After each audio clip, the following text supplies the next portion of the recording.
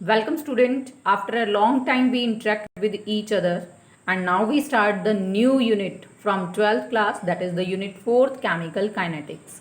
Student, आपने 11th class में thermodynamics ये यूनिट की है and according to thermodynamics there are the three aspects of the chemical reaction, and these three aspects of chemical reactions are the feasibility of the chemical reaction, predictability of the chemical reaction, and third one is the rate of chemical reaction.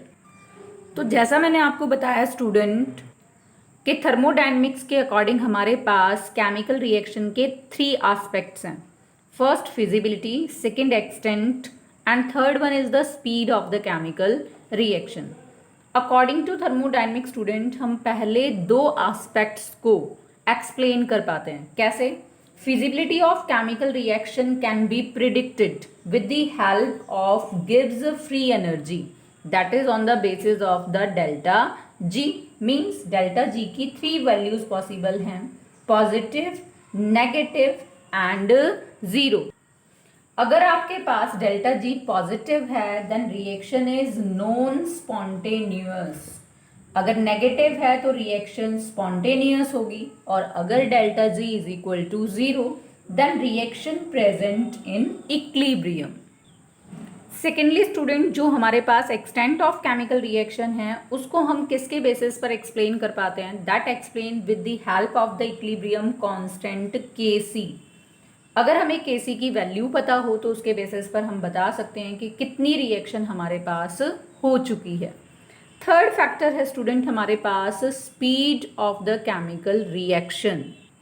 तो student जो thermodynamics है पहले दो aspects को तो explain कर पाता है, but it could not explain the third aspect of the chemical reaction. It can not answer the important question कि how fast a chemical reaction can occur. Means speed का मतलब हमारे पास क्या है कि रिएक्शन कितनी फास्ट है या रिएक्शन कितनी स्लो है. इसका आंसर थर्मोडायनेमिक्स के अकॉर्डिंग हम नहीं दे पाते. इसीलिए हम किसकी तरफ जाते हैं? Towards the chemical kinetics. तो अगर मैं यहाँ से केमिकल काइनेटिक्स को डिफाइन करूँ तो केमिकल काइनेटिक्स क्या है? The branch of the chemistry that deals with the rate of chemical reaction. Means speed of the chemical reaction से डील करता है. Secondly that also deals with the factor affecting the rate of reaction. And third one is the mechanism bye which the reaction proceeds.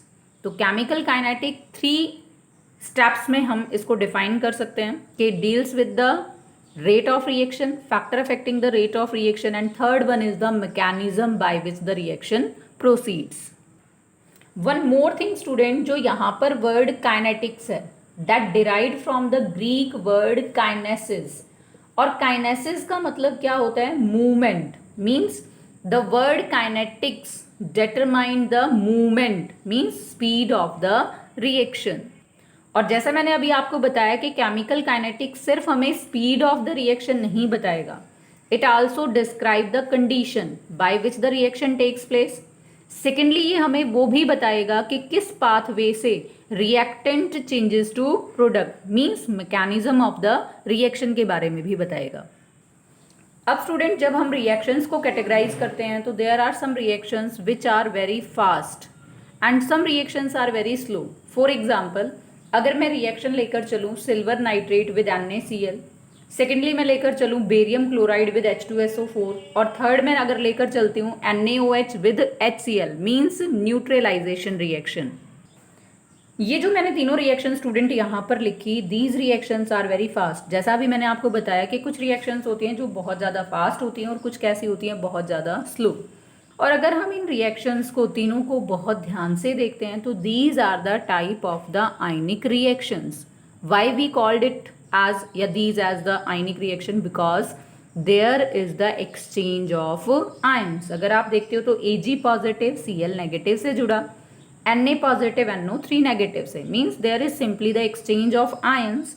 तो इसीलिए यहाँ पर हम इनको नाम क्या दे सकते हैं? आयनिक रिएक्शन मीन्स जितनी भी आयनिक रिएक्शंस होंगी वो कैसी रिएक्शंस होंगी, generally these are the fast reactions, means the speed of these reaction is very high and these reactions are occurred in about 10 raised to the power minus 12 to 10 raised to the power minus 16 seconds.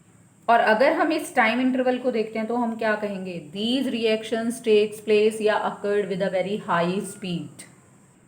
But student कुछ other reactions भी होती हैं that takes the measurable time, means they are so slow that they are either takes place in hours, in months, or some reaction take years for their completion. For example, अगर हम इसमें बात करें तो rusting of iron की, ऐसे ही जैसे rusting of iron आपके पास स्लो रिएक्शन के एग्जाम्पल है, तो कुछ और एग्जाम्पल भी हम स्टूडेंट ले सकते हैं, जैसे hydrolysis of ester, hydrolysis of cane sugar, and decomposition of hydrogen peroxide, and next one is the decomposition of nitrogen pentaoxide.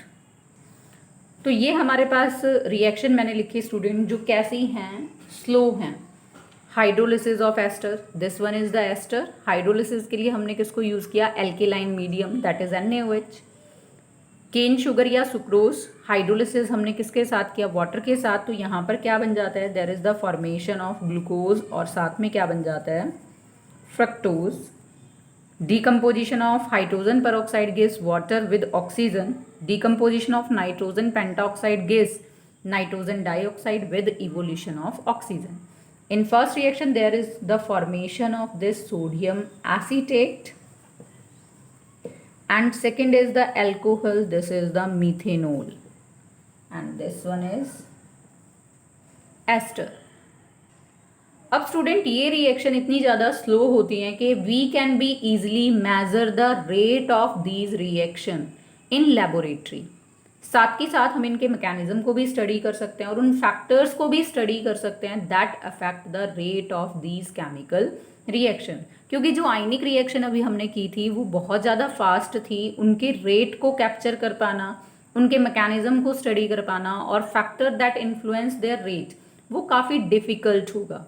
लेकिन जो रिएक्शन स्लो रेट से प्रोसीड करती हैं उनको हम इजीली स्टडी कर सकते हैं लेबोरेटरी के अंदर.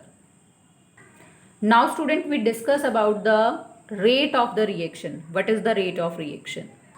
तो फर्स्टली स्टूडेंट अगर हम रेट ऑफ रिएक्शन को डिफाइन करें तो हम क्या कहेंगे, it is the change in concentration of any one of the reactant और प्रोडक्ट विद टाइम, या हम ये भी बोल सकते हैं the change in any one of the reactant और प्रोडक्ट पर unit time is said to be the rate of the chemical reaction. Student reactant को हम डिनोट कर रहे हैं R से और प्रोडक्ट को हम डिनोट किससे करेंगे, P से. तो अब अगर हम एक कंसीडर करते हैं general reaction means reactant changes to product P.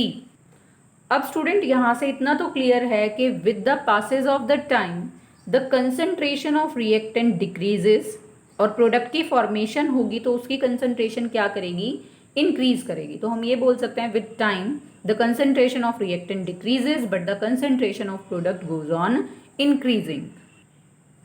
This is for the decrease and this is for the increase and these short terms for the concentration. तो स्टूडेंट अगर हम रेट ऑफ रिएक्शन को in term of reactant define करें तो हम क्या define करेंगे, the rate of disappearance और decrease in concentration of reactants per unit time is said to be the rate of reaction, क्योंकि रिएक्टेंट की कंसंट्रेशन डिक्रीज है. या फिर हम इसको इस फॉर्म में भी दिखा सकते हैं बच्चे कि rate of reaction equal to the disappearance और decrease in concentration of R divided by the time taken. और अगर हम इसको इस तरह से लिखें कि negative delta with in square bracket R का मतलब क्या है कि concentration of reactant upon delta T. Delta indicate किस चीज़ को करता है, rate of change of the concentration किसकी, R की with respect to the time T. और स्टूडेंट जो यहाँ पर मैंने ये नेगेटिव साइन लगाया, ये नेगेटिव साइन हमें इंडिकेट करता है that is the decrease in concentration of reactant. और अगर हम सिमिलर मैनर में रिएक्शन रेट को अगर डिफाइन करें किसकी टर्म में, रिएक्टेंट की टर्म में ना करके किसकी टर्म में करें, प्रोडक्ट्स की टर्म में, तो हम क्या कहेंगे, the rate of appearance, disappearance तो नहीं आएगा क्योंकि रिएक्टेंट तो डिसअपीयर होते हैं लेकिन प्रोडक्ट अपीयर होते हैं, और increase in concentration of products पर यूनिट टाइम। और यहाँ पर एक्सप्रेशन में हम उसको किस तरह से इंडिकेट्स कर सकते हैं, delta concentration of P means concentration of product upon delta T, और मैं यहाँ पर साइन लगा दूँ पॉजिटिव, यहाँ पर प्लस साइन का मतलब क्या है, that indicates the increase in concentration of products.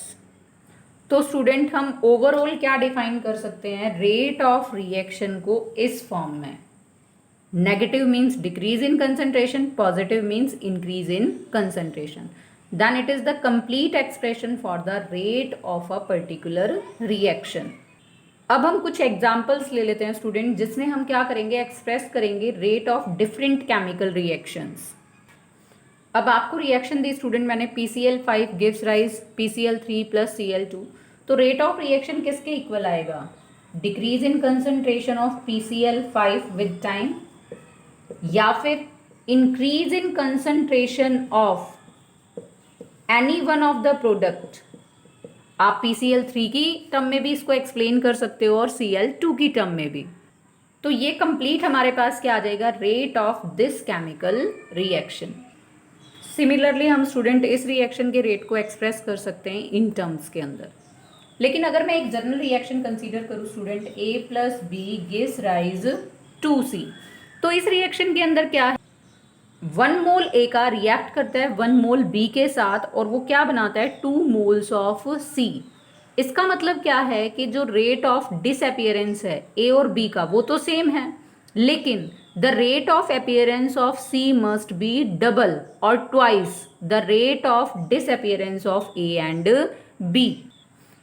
अब जब इस टाइप की रिएक्शन होगी जिसमें अपीयरेंस ऑफ प्रोडक्ट और डिसअपीयरेंस ऑफ रिएक्टेंट इक्वल नहीं होगा, तो उनके केस में यूनिक वैल्यू निकालने के लिए रिएक्शन रेट की हमें क्या करना पड़ेगा, डिवाइड करना पड़ेगा रेट ऑफ रिएक्शन को with the stoichiometric coefficients of reactants and product in a particular reaction, जो एक बैलेंस्ड केमिकल रिएक्शन में आपको दिया होगा।